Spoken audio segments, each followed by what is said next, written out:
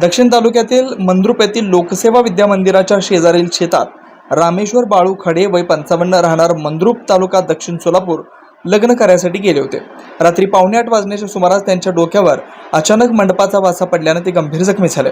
त्यांना मंद्रुप येथील सरकारी दवाखान्यात उपचार करून रेफरने सिव्हिल रुग्णालयात रात्री 10:30 वाजण्याच्या सुमारास मुलगा नागेश खडे यांनी उपचारासाठी दाखल केलं। रुग्ण शुद्धीवर असून सदर घटनेची नोंद सिव्हिल हॉस्पिटल पोलीस चौकीत झाली आहे।